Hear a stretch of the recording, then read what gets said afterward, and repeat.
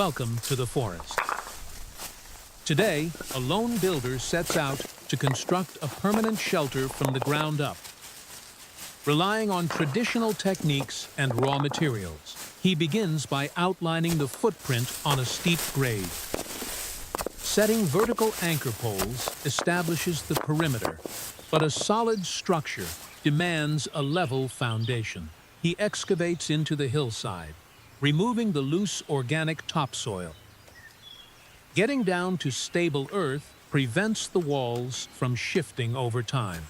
Every flat stone hauled to the site will carry the immense weight of the timber frame above it.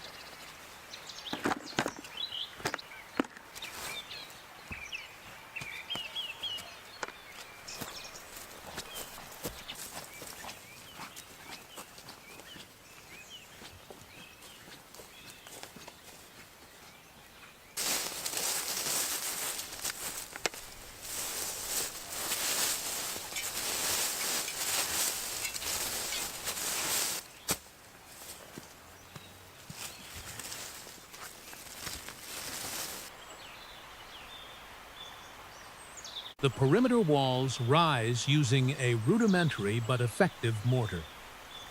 By mixing surrounding dirt with water, he creates a thick clay-based mud. This slurry fills the voids between the irregular stones, locking the vertical posts directly into the base. Without the mortar, point loads from the heavy logs would crack the dry stone. The mud cures slowly in the cool autumn air, binding the trench into a unified, load-bearing plinth.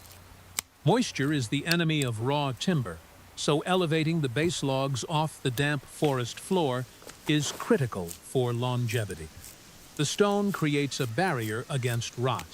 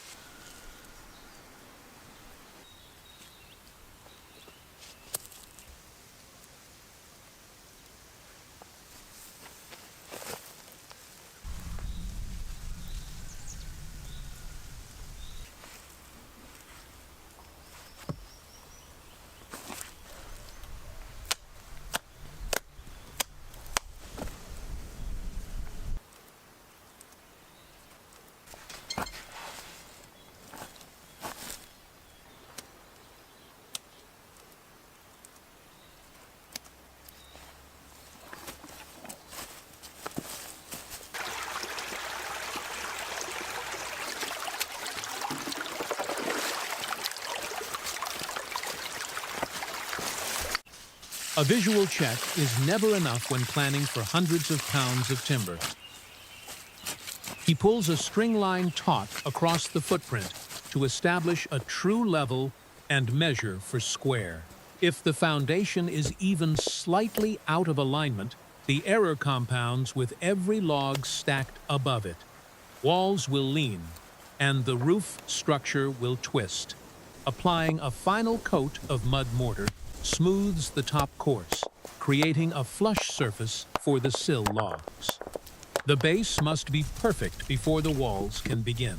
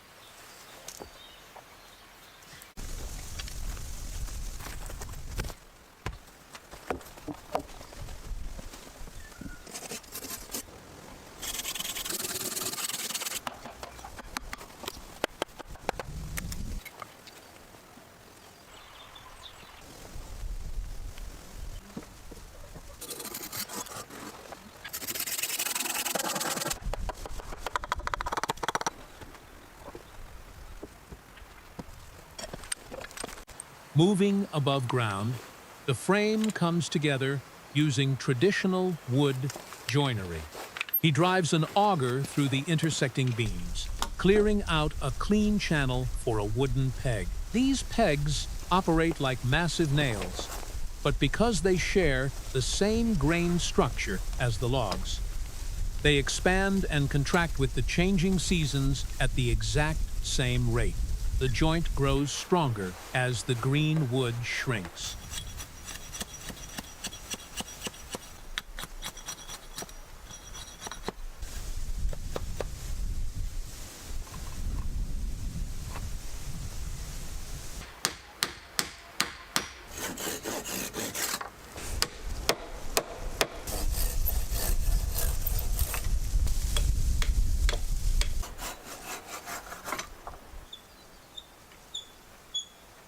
Harvesting materials from the surrounding woods requires significant processing. He uses a drawknife to peel the outer bark from the slender tree trunks. Bark traps moisture and invites insects, both of which accelerate decay in raw timber. Removing it exposes the dense sapwood, leaving a smooth surface that sheds water efficiently. Peeling green wood while the sap is still running is considerably easier than waiting for it to dry. The pale logs will season naturally over time, hardening into durable wall panels.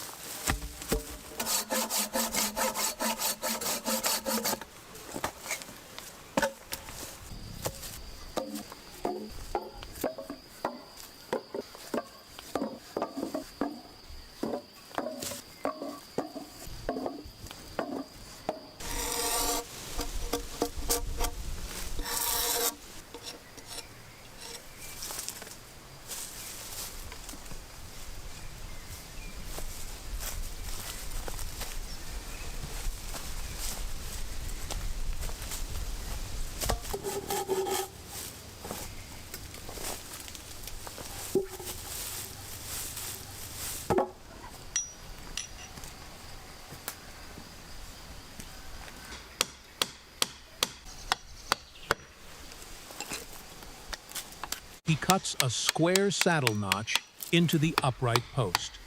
This recess provides a flat, secure seat for the horizontal crossbeam, transferring the structural load straight down into the foundation.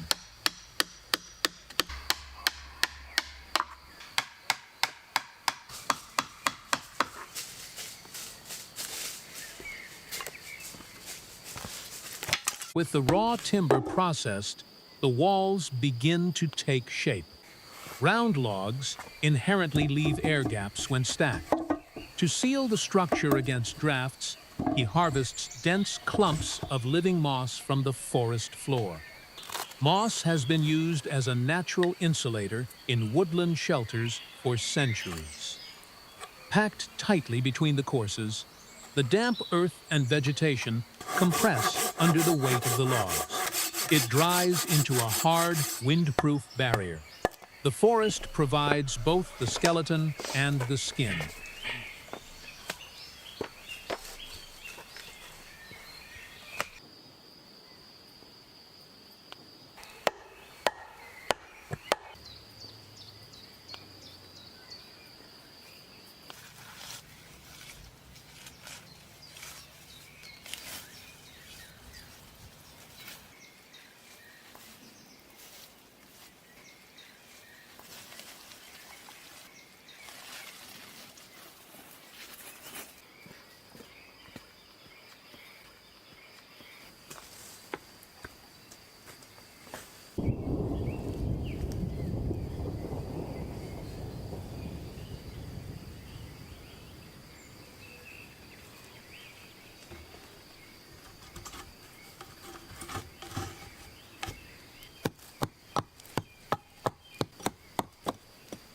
A passing rain shower softens the earth, but barely slows the progress. As the walls rise above waist height, the physical toll increases with every lift. He secures the overlapping corner joints, driving heavy screws to anchor the green wood before it warps. Hewing the protruding ends flush with an axe isn't just for aesthetics. Jagged ends catch rain and channel it directly into the end grain, hastening rot. A clean cut allows water to sheet off the exterior. Continuous packing of moss completes the seal as the courses climb higher.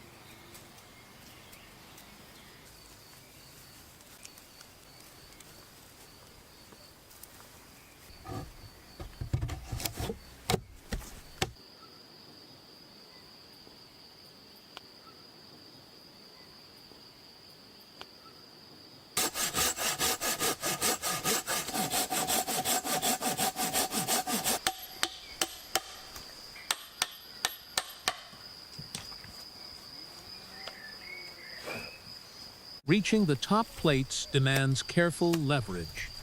These uppermost logs will bear the sprawling weight of the entire roof system. He drives wooden pegs into the high joints, locking the perimeter frame against outward thrust. A roof doesn't just push down. Its angled weight pushes the walls apart. The sturdy pinned corners counteract that sprawling force, holding the box rigid.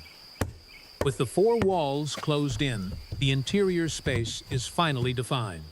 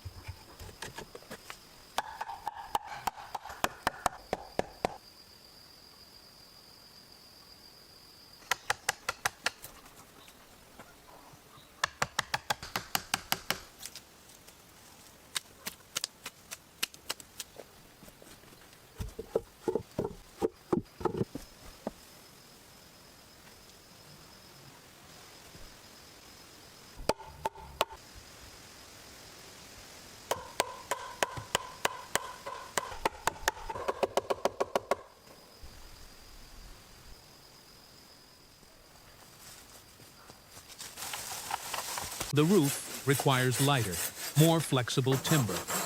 He selects thin branches, stripping the bark to reduce weight and prevent decay. By joining two poles at an angle on the ground, he forms the A-frame trusses. Building these identical triangular profiles on a flat surface ensures consistency before they are hoisted into the canopy. The triangle is the strongest shape in architecture, naturally distributing downward pressure from snow or heavy rain out toward the load-bearing walls. He notches the ends to seat perfectly over the top logs.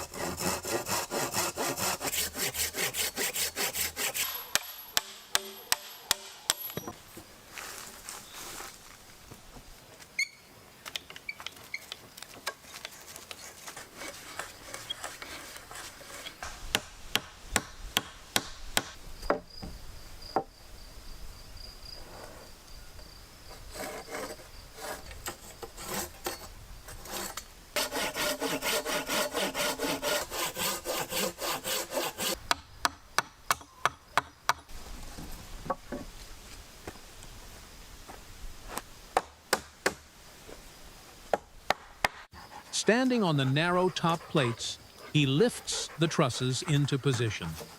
The notched ends hook over the perimeter logs, anchoring the skeletal roof. Spacing them evenly is critical to prevent the covering from sagging under the elements. Every connection is hammered solid.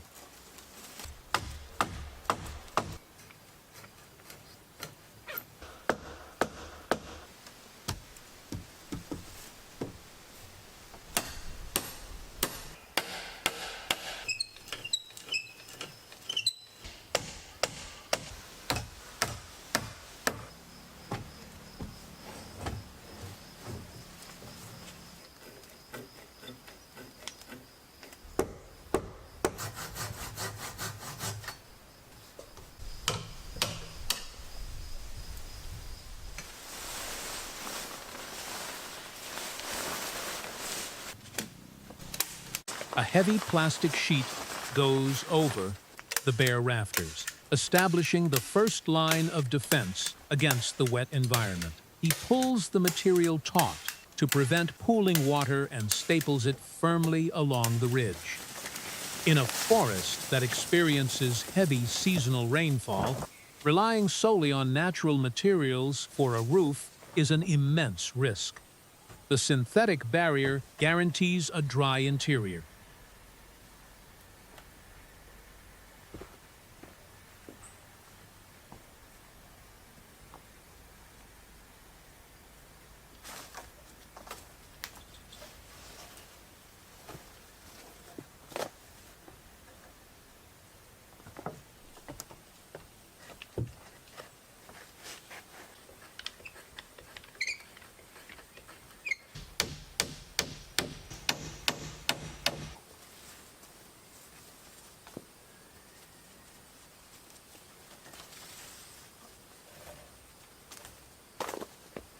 Over the first sheet, he adds a layer of white, breathable vapor membrane. This specialized material allows condensation trapped inside the cabin to escape while completely blocking exterior rain and snow.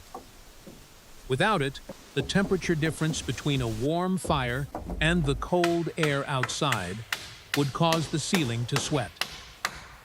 Over the membrane, he screws down a grid of horizontal poles. This framework provides the mounting points for the final roofing layer, ensuring the barrier itself is never crushed or compromised by the heavy materials above it.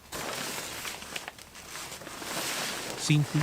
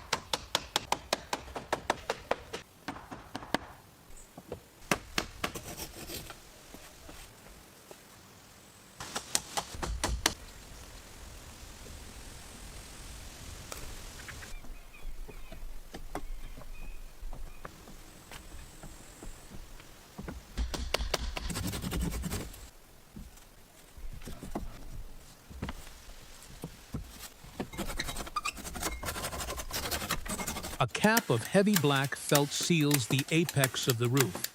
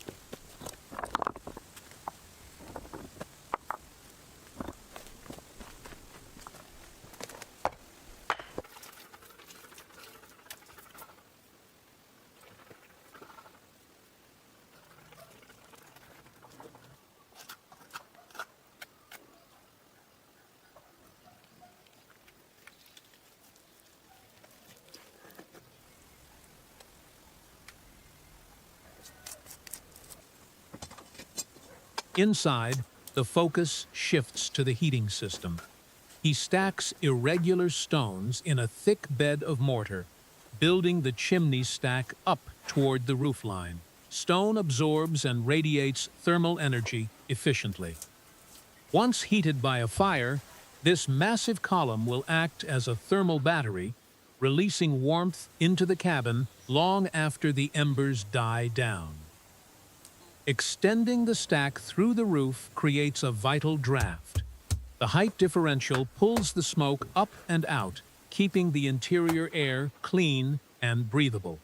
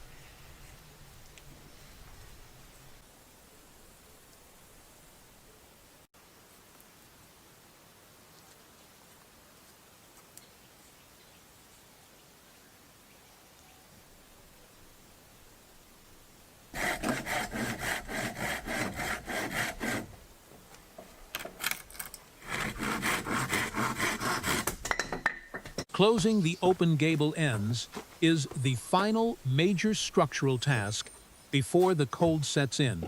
He climbs the ladder, fitting vertical posts tightly under the angled roofline. Leaving these upper triangles open would turn the cabin into a wind tunnel, instantly stripping away any heat generated by the hearth. He shapes each post with a hand axe, matching the steep pitch of the rafters. Creating a tight envelope is the difference between surviving a storm and being comfortable through it. The exterior shell is finally secure.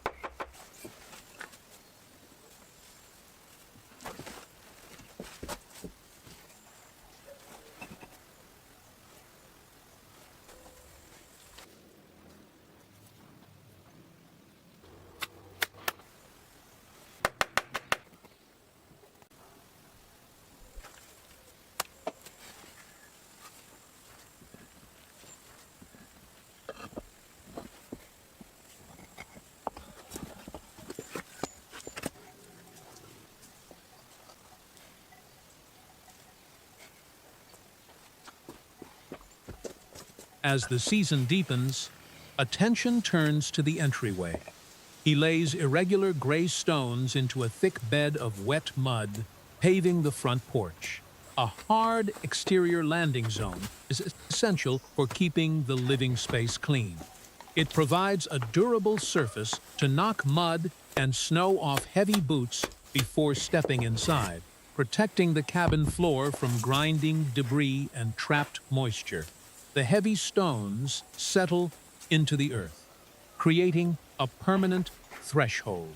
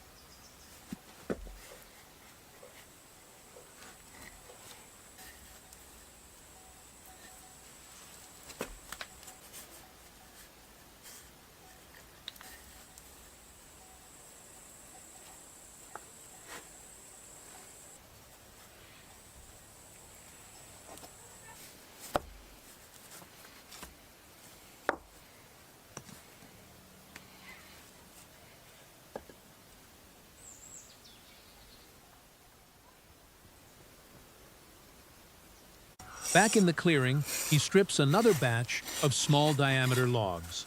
He cuts the pieces to precise lengths, carving deep notches to assemble a square window frame.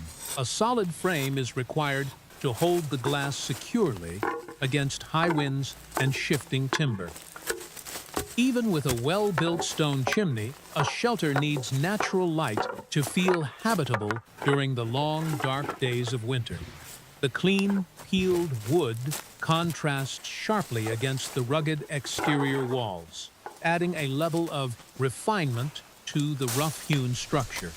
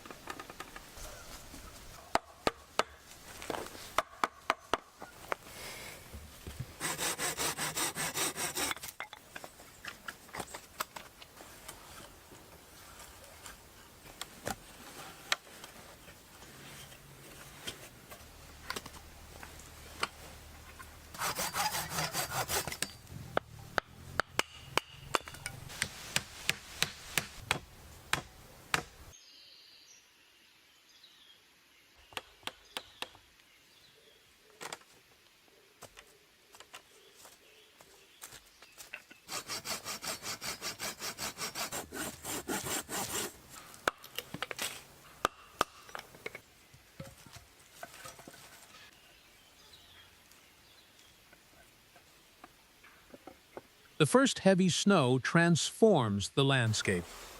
He installs the finished windows, sliding the frame into the prepared opening in the log wall. Getting the cabin sealed just as the deep freeze arrives validates months of laborious preparation. The glass allows the low winter sun to penetrate the room, offering passive solar heating while blocking the bitter wind. Inside, the first fire is already crackling in the newly cured stone hearth. The shelter is alive.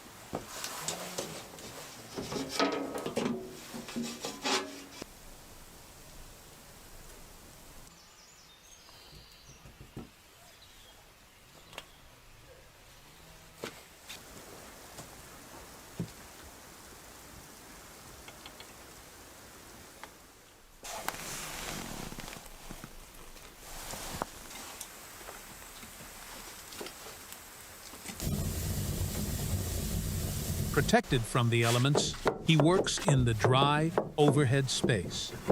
He secures thick logs across the interior span, reinforcing the ceiling structure. The heavy snowpack outside adds immense static weight to the roof, requiring these robust cross ties to prevent the rafters from bowing inward over the winter. Working in a heated space changes the entire pace of the build.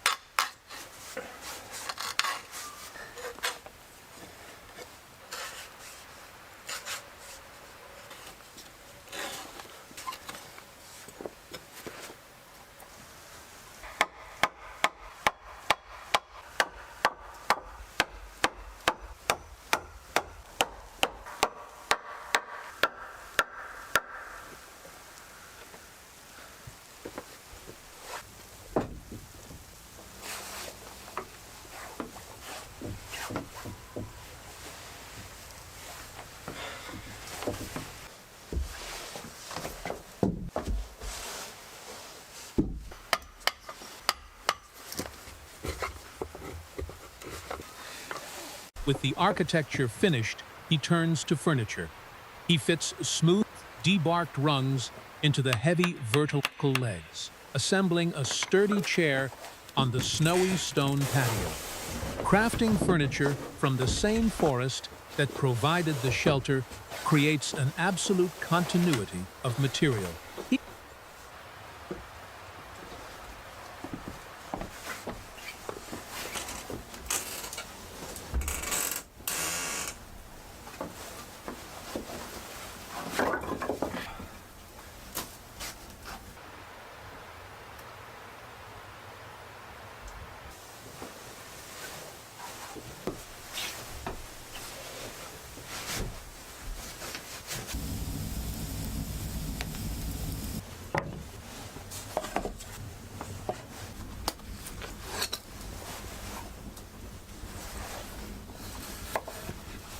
The day ends by the glow of the charcoal embers.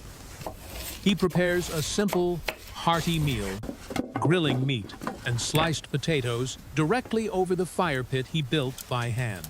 The raw ingredients reflect the austere reality of the woodland setting. What started as a muddy hillside and a pile of stones is now a sanctuary.